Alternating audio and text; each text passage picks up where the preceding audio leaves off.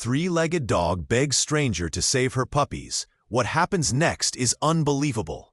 The three-legged dog appeared at the edge of the construction site like a ghost materializing from the morning mist, her body so thin that every rib stood out like prison bars beneath her matted fur. She moved with a desperate urgency that transcended her obvious pain, dragging herself forward on three legs while the fourth hung useless, twisted at an unnatural angle that spoke of old trauma, old betrayal. Her eyes locked onto mine with an intensity that stopped my breath, and in that moment, I felt something shift in the air between us, something ancient and primal, a plea that needed no words. I was there to inspect the abandoned warehouse, clipboard in hand, mind full of structural concerns and safety violations. But when she limped closer, when she pressed her scarred muzzle against my leg and looked up at me with eyes that held entire universes of suffering and hope, everything else became meaningless. She wasn't begging for food. She wasn't seeking shelter for herself. The way she tugged at my pant leg, the way she turned and took 3 hobbling steps away before looking back, the desperate whine that escaped her throat, it all spoke a language older than human speech. She was asking me to follow. My hands were shaking as I set down my clipboard. You know that feeling when you're standing at the edge of something that will change you forever? When you can feel the weight of a decision pressing down on your chest like a physical thing? That's what this was. I could walk away. I could call animal control and let them handle it. But her eyes? God. Her eyes held something I had never felt from any animal before. The complex, devastating weight of a soul that understood its own desperation, that was making one final gamble on the goodness of a stranger. She led me around the back of the warehouse, through weeds that grew waist-high and rubble that spoke of years of neglect. Every few steps, she would pause, turn back to make sure I was following, her whole body trembling with exhaustion and something else, something that looked terrifyingly like fear that I might abandon her mission. The morning sun was climbing higher, turning the air thick and heavy, and I could hear the distant sounds of the city waking up, traffic and voices and the ordinary rhythm of a world that had no idea what was unfolding in this forgotten corner. She stopped at a gap in the warehouse wall, a space where the metal siding had been torn away, leaving an opening just large enough for a desperate mother to squeeze through. She looked at me one more time, and I swear I saw tears gathering in her eyes, real tears that caught the light like diamonds. Then she disappeared into the darkness beyond.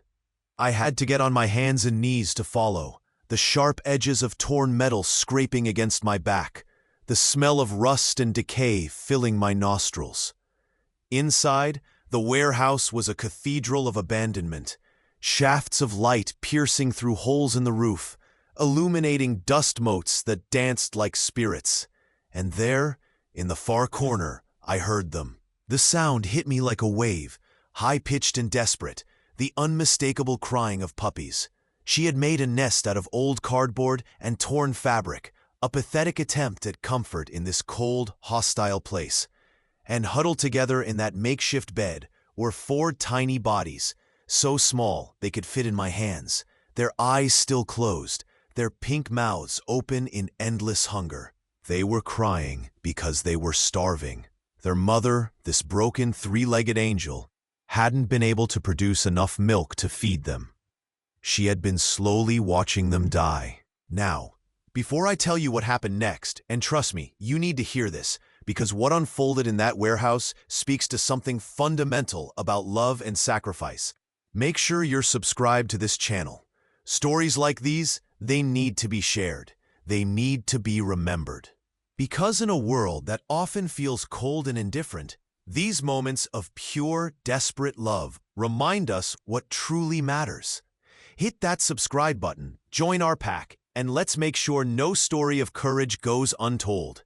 The mother dog, I would later name her Grace, collapsed beside her babies with a sound that was half sob, half sigh. She looked at me with those devastating eyes, and I understood. She had used the last of her strength to find help. She had gambled everything on a stranger's compassion, and now she was asking, begging, pleading for me to do what she could no longer do. Save them. I pulled out my phone with hands that wouldn't stop shaking, called the only person I knew who might help, my sister, who volunteered at an animal rescue. My voice broke as I tried to explain what I was seeing, the desperation in this mother's eyes, the dying puppies, the absolute urgency of the moment. She told me she was coming, told me to keep them warm, told me not to move them yet. 20 minutes, she said. Just hold on for 20 minutes. Those 20 minutes felt like 20 years. I sat on that filthy floor, Grace's head in my lap, her body so light it felt like she was made of paper and prayers. The puppies continued their weak crying, a sound that burrowed into my chest and made a home there. A sound I knew I would hear in my dreams for the rest of my life. I stroked Grace's ears, whispered promises I wasn't sure I could keep, told her over and over that help was coming, that her babies would be okay, that she had done enough, that she was the bravest soul I had ever met. She never took her eyes off her puppies, even in her exhaustion, even as her body trembled with the effort of simply breathing. Her gaze remained fixed on those 4 tiny lives she had fought so hard to protect. I thought about what she must have endured, how she had lost that leg, probably hit by a car or worse, how she had somehow survived, somehow found the strength to give birth, somehow kept those babies alive in this hellish place through sheer force of will. The mathematics of her love were staggering, incomprehensible. When my sister arrived with 2 other volunteers from the rescue, they moved with practiced efficiency, but I could see the emotion in their eyes, the way their hands trembled slightly as they carefully lifted each puppy, wrapped them in soft blankets, checked their tiny bodies for injuries or illness. Grace watched every movement with fierce attention, her body tensing each time someone touched one of her babies, but she didn't growl, didn't snap. Somehow, impossibly, she trusted us. The veterinarian they rushed them to, Dr. Sarah Chen, would later tell me she had never seen a case quite like this. Grace was severely malnourished, dehydrated to the point of organ failure, and her injured leg showed signs of infection that had been spreading through her system for weeks. The puppies were barely clinging to life, their body temperatures dangerously low, their tiny hearts beating irregular rhythms that spoke of imminent shutdown. By all medical logic, none of them should have survived this long. But Grace had kept them alive through sheer determination, through a love so fierce it had literally kept death at bay. Dr. Jen set up IV lines, administered antibiotics, placed the puppies in an incubator while she worked on their mother. And through it all, Grace never stopped watching her babies, her eyes tracking their every movement through the glass of the incubator, her body relaxing only slightly when she could see them, when she could confirm they were still breathing. The first night was the hardest. Dr. Chen called me at 2 in the morning to say that Grace's condition had deteriorated, that her body was shutting down, that they were doing everything they could, but I should prepare myself. I drove to the clinic in the darkness, my heart a stone in my chest, my mind full of Grace's eyes. That moment, when she had looked at me and asked me to save what she loved most in the world. I found her in the intensive care unit, hooked up to machines that beeped and hummed, her breathing shallow and labored. But when I walked in, when I spoke her name softly, her eyes opened. And in them I saw a question. I walked to the incubator where her puppies slept, warm now, fed now, their tiny bellies round with formula. I carefully lifted one, the smallest, a little female with a white patch on her chest, and I brought her to Grace. The change was instantaneous. Grace's breathing steadied. Her heart rate, which had been erratic and weak, found a stronger rhythm. She sniffed her baby with desperate intensity, licked the tiny head with a tongue that trembled with exhaustion, and then she looked at me. The relief in her eyes was so profound it brought me to my knees beside her. She had needed to know they were okay. She had been holding on just to know. Dr. Chen let me bring each puppy to her one by one. Let Grace confirm that all 4 of her babies had survived, that her sacrifice had not been in vain. And with each small reunion, Grace grew stronger, as if their presence was medicine more powerful than anything in Dr. Chen's arsenal. Love, I realized, watching this broken mother gather her strength from the knowledge that her children were safe. Love was the most potent force in the universe. The recovery was slow and painful. Grace needed surgery on her infected leg, the amputation of what remained to prevent the infection from spreading further. She needed weeks of antibiotics, careful nutrition to rebuild her devastated body, physical therapy to learn how to balance on 3 legs. But through it all, she never complained, never gave up.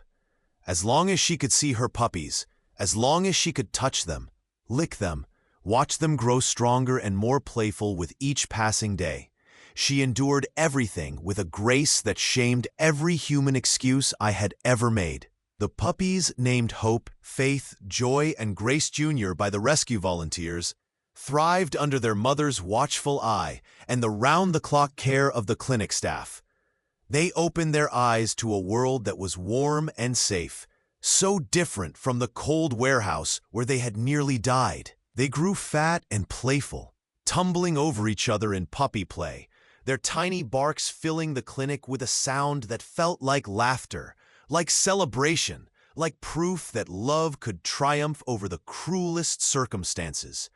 I visited every day. I couldn't stay away. Something about Grace's story had hooked itself into my heart and wouldn't let go. I would sit with her while she nursed her babies, stroke her scarred head, whisper to her about how brave she was, how her babies were going to have beautiful lives because of her courage. And she would look at me with eyes that had lost their desperation, that now held something softer, something that looked almost like peace.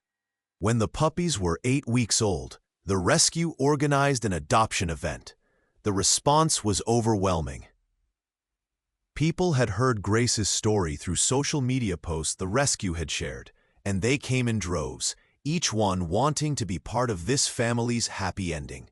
Hope, Faith, and Joy were adopted by loving families who promised to send updates, who understood they were taking home pieces of a miracle. Grace Jr., the smallest, the one with the white patch on her chest, the one I had held that desperate night when Grace was dying, she stayed with her mother.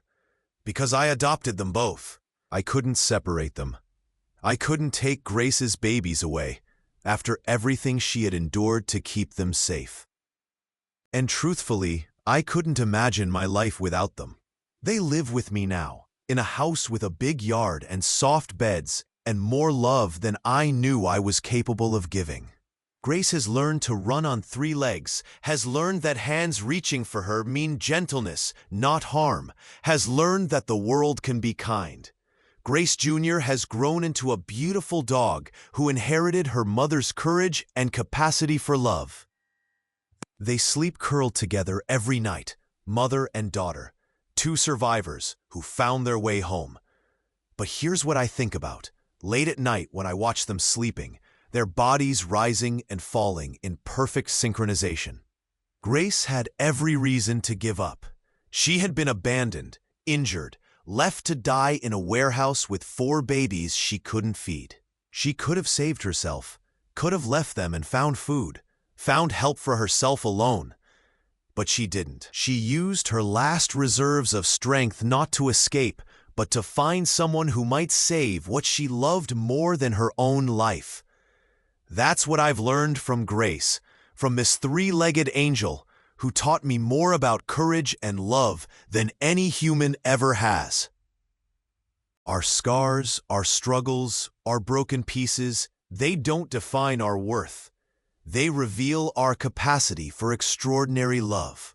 Grace was broken in body but whole in spirit, and she used that wholeness to save her children, to trust a stranger, to believe in the possibility of goodness even when the world had given her every reason not to. If this story touched you, if you've ever known a love that fierce, that selfless, leave a comment below. Share your own story of courage, of the animals who have taught you what really matters. Tell me about the moment when you realized that love, real love, asks everything of us, and somehow makes us capable of giving it. We're all in this together, all of us broken and brave and trying to protect what we love in a world that isn't always kind. Grace is sleeping at my feet right now as I tell you this story. Her body warm and safe, her breathing deep and peaceful. Grace Jr. is curled against her mother's belly, dreaming puppy dreams of a world that has only ever been gentle with her. And I'm sitting here, forever changed, by a three-legged dog who looked at me with desperate eyes and asked me to be better than I thought I could be. She saved me as much as I saved her, maybe more.